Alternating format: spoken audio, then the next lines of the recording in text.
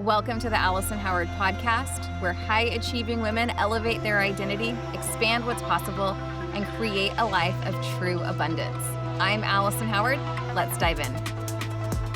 Hello. Today, I want to talk to you about how belief comes before the breakthrough and how change actually begins. So, welcome back. Today's episode is especially for the woman who is new to this conversation around mindset and belief and creating change from the inside out, otherwise known as manifestation. I know that that term has been way overused. Some people hate it, especially a lot of people who I've talked to inside the Christian community. But I want to talk about creating change from the inside out and who may be wondering how all of this fits in with faith. That may be you. And maybe you've prayed sincerely. Maybe you believe God can do miracles. I absolutely do. But if you are being honest with yourself, you still feel stuck or unsure or discouraged around this topic. You might be asking yourself questions like, why do I believe God has more for me, but I'm not seeing it yet? Or why does it feel like other people experience breakthrough and blessing, but I don't? Or am I doing something wrong?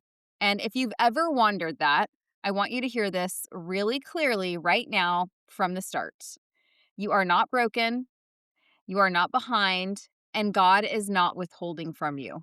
What may be missing is an understanding of how belief actually works. And that's what I want to talk about today. Because all throughout scripture, we see the same principle repeated. Belief always comes before the breakthrough. Striving doesn't come before the breakthrough. Perfection doesn't come before the breakthrough. Trying harder doesn't come before the breakthrough. It's belief. So let's talk about why change feels so hard. Most of us were taught, implicitly or explicitly, that change happens from the outside in. So we've been taught, or we think, okay, when my circumstances change, then I'm going to feel peace. Or when the money comes, then I'll relax. Or when the opportunity shows up, then I will feel confident. So we wait. We wait for that validation, that external validation. We wait for proof. We wait for reassurance. We wait for something external to shift before we allow ourselves to believe differently. But the Bible consistently shows us the opposite pattern. In Matthew 9:29, Jesus says, "According to your faith, let it be done to you." He doesn't say according to your effort or according to your worthiness. He says according to your faith. And that tells us something very important. Faith is not a reaction to miracles. Faith is what precedes them. And this is where so many women get discouraged because we've been waiting for evidence before allowing ourselves to believe. But belief doesn't respond to evidence. Belief creates alignment before evidence appears. It isn't when I see it, I'll believe it. It's when I believe it, then I'll see it. Okay, so let's talk about what belief actually is and what it isn't. I want to slow this down a little bit because I think that belief is often misunderstood. So, belief is not pretending something is true when it's not. It's not denial, it's not, forcing positivity. It's nothing like that. Biblical belief at least is trust. So in Hebrews 11:1, scripture says, "Now faith is the substance of things hoped for, the evidence of things not seen." So the word substance there, that really matters. Faith is described as something real and present and internal before it becomes visible. So belief is not about certainty, it's about orientation. It's about what you're leaning toward, what you're trusting, what you're allowing your heart and mind to settle into. And you don't have to know how it will happen. In fact, you can really get lost in the weeds with the how. You don't have to know when it's going to happen. But belief begins when you decide what you trust God with, even while the outcome is still unseen. So, let's talk about now why belief changes your inner world first. So here is where faith and mindset and energy all begin to really start to intersect. When belief shifts, it doesn't immediately change your circumstances. It changes you. So here is an example that might help. If you decide to start eating healthy, you're not going to see the exterior results of that internal shift immediately, but you are going to start to feel the internal changes pretty immediately. When you start to feel, you're going to feel more energy, you're going to sleep better, but you're not going to see those external, like dramatic shifts immediately. And so it's the same thing with belief. When your belief shifts, it doesn't immediately change your circumstances, your visible physical circumstances, but it changes you on the inside. Your thoughts begin to change, they begin to soften, your emotional responses change and shift, your nervous system starts to settle down. And scripture names this process very clearly in Romans 12:2. So do not conform to the pattern of this world, but be transformed by the renewing of your mind. Transformation doesn't start with behavior. It starts with thought renewal. So when your thinking changes, your expectations are going to shift, your emotional state stabilizes, your posture toward life becomes more open, you become more available. And at a beginner level, I want to kind of break down what energy means, because energy simply means this, okay? What you believe determines how open or guarded you are. Openness allows movement. Guardedness restricts flow. So belief and faith, they open you up. Fear contracts you. And energy is everywhere. Energy is everything. Everything is in motion. Nothing stays still.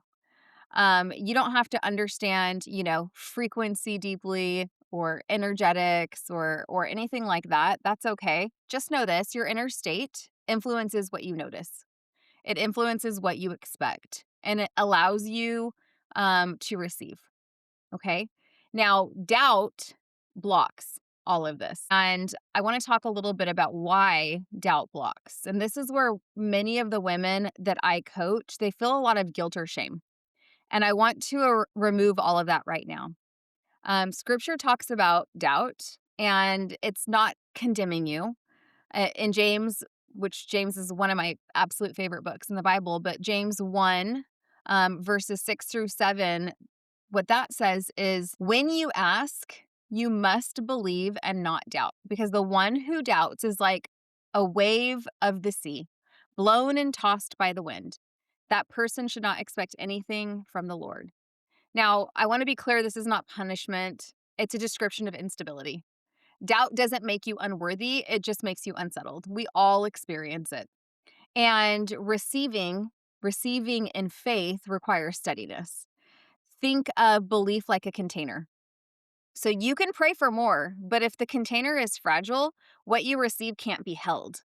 Belief is what strengthens that container. And this is why God often works on belief first, not to delay you, but to prepare you. I talked a little bit about this last week. So belief before miracles in scripture is really one of my favorite things, just as a human being. It's one of the clearest examples in the Bible of the power of our minds and our beliefs, which then guide our action, which then determines our results. And one of the clearest examples of this is the woman with the issue of blood. So in Mark 5:28, scripture says, "For she said, if I just touch his clothes, I will be healed." Oh my gosh, huge faith. Her belief came before the healing. Her belief preceded the miracle. And after the miracle, Jesus says to her in Mark 5:34, "Daughter, your faith has healed you." It wasn't chance. It wasn't perfect timing. It was her faith.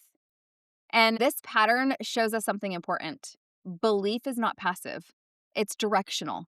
It moves you towards action and it moves you towards alignment.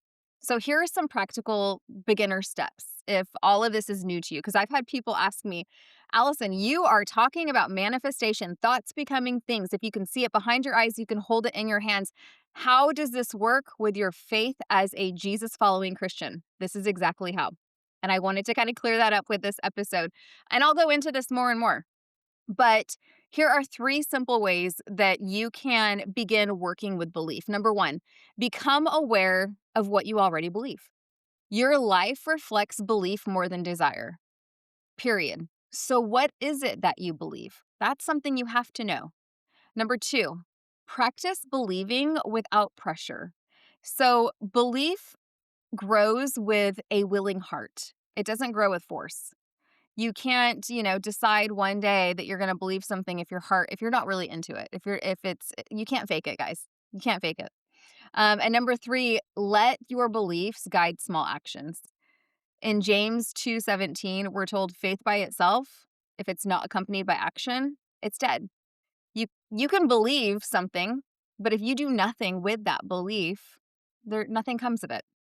So action doesn't create belief. Action actually expresses your beliefs. Even small actions matter.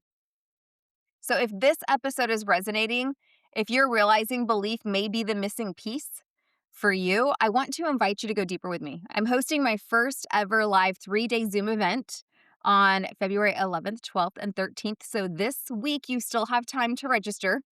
Over the 3 days, we're going to explore how belief is formed. We're going to explore what's been blocking you from receiving, and also how to align faith, mindset, and action so that you can become a co-creator in your life with God, so that you can observe in your physical world that which you're already experiencing in your imagination, what you're seeing behind your eyes. So the registration link is in the show notes, and I would love to support you live. All right, I want to leave you with this. Belief is not about forcing outcomes. It's about deciding what you trust before the evidence appears, because belief always comes first. And when our beliefs shift, what we can experience as just a consequence of that is breakthrough. All right, friends, now go and be the woman that your future is waiting on. I look forward to seeing you in a few days at my live event on Zoom. I'm so excited about that. Until then, be blessed.